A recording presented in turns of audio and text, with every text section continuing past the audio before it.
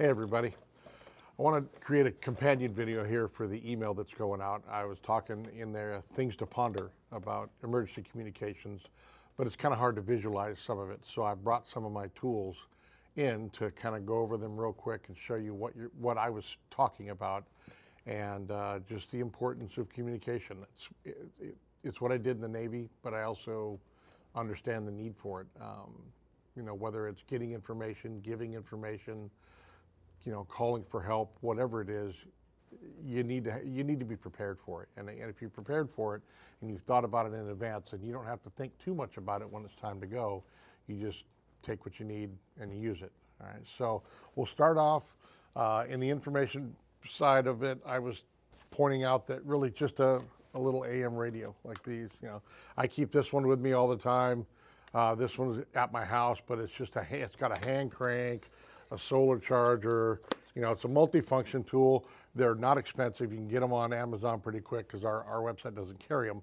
But something like this has multi-function. Plus, you can charge devices with the hand crank. You can hand crank it to charge with the battery, which will charge devices. They're not long charging, they're not fast charging, but it would be enough to keep it going when there's no batteries. The small one here is nice because it's portable. And again, you just tune it into whatever station is your local news station, or you may be able to thumb around a little bit and find somebody who's just doing information on that particular disaster. So information incoming is always useful because when something happens, there's 3 feet of water, there's a flood. What's the situation? Where can you go to? What are the evacuation routes?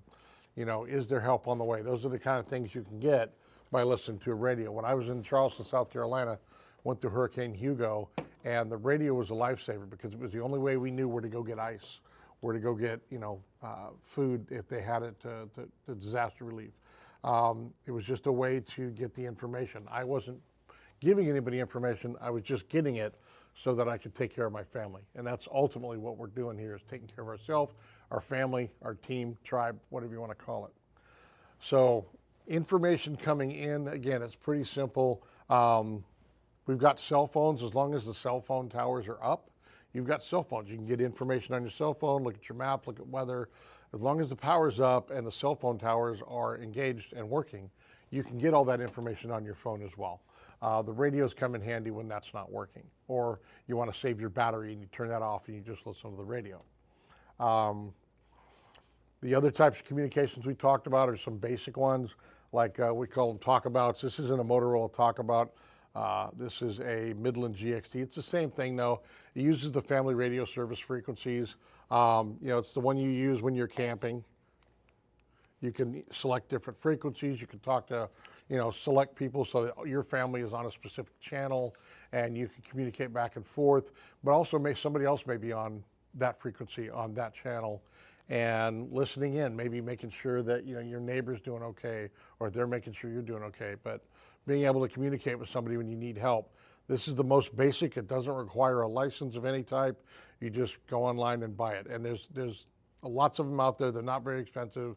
Make sure you get extra batteries, or if you can get the kind that don't have a pack battery but take AAA batteries, just a couple of those are handy just to put aside in case you don't have the power to recharge your batteries. You can grab some AA or AAA batteries for those devices. Moving up a little bit, you start getting into the licensing side. I'm going to make another video on the ham radio licensing and getting into more advanced stuff, but there are other methods. Like this is a GMRS radio. This uses different frequencies. It's got a little bit longer range than these, probably double the range, if not triple. These go maybe a quarter mile. It go a little bit farther, and if you got no obstacles, no trees, no buildings, things like that. These will go probably about a mile, mile and a half, but not super far, but definitely farther than that. And there's more frequencies to choose from, but you need a license for this. And in the next video, I'll go over a little bit about how you do the license for it. It's not hard to do. You don't have to do a test for it. You just pay the fee, get the license, you get a call sign, and then you can use this type of radio. Let me back up a little bit. These don't require licenses, but I talked a little bit about satellite.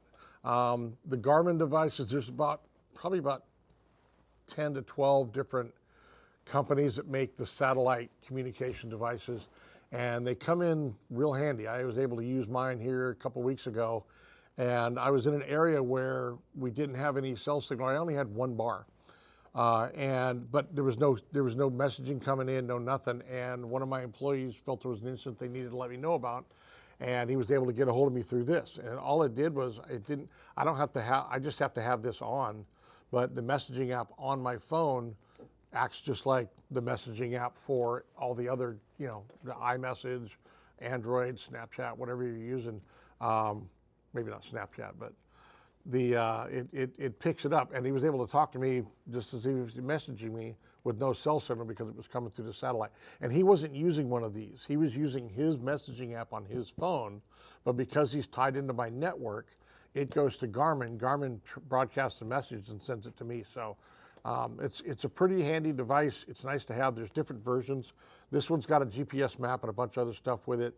They have the small inReach minis, which don't really, they're no way to really communicate directly through this, but you use your phone. I know Motorola makes one called the Defy, and they go anywhere from $40 up to $300, $400, $500. This one was about $600, but it comes real handy in an emergency. Some of the iPhone 14 and newer, the Samsung and Android phones also have a feature now where they're going to have emergency satellite texting. Problem is you have to have zero cell signal, and you have to have no cell signal. And if it's a case where you do have a bar but you can't get a hold of anybody, then you're stuck. You have to be in zero mode for SOS satellite. And I've never tried it or tested it to see whether or not you can just straight message with it or not, but I'm sure as time goes on, I'll be able to test that out and make sure it works. The other radios you can use, these are cheap, but these require a ham radio license. There's tons of different brands. This is a Baofeng. Yaesu is another one made by a Japanese company. These are 25 bucks a piece, but you need a ham radio license to be able to operate legally on it. I know in an emergency, it is not illegal to use these if you're trying to save your life. But there's all kinds of emergency communications when the phones go down and you don't have that kind of capability when the cell towers go out. If you have any questions, I teach a whole class on communications. If you have questions, you can always email us. Email me, Eddie@ncgv.com. I'll say don't forget to hit like and subscribe, get my numbers up. This is sponsored by NorCal Gun Vault.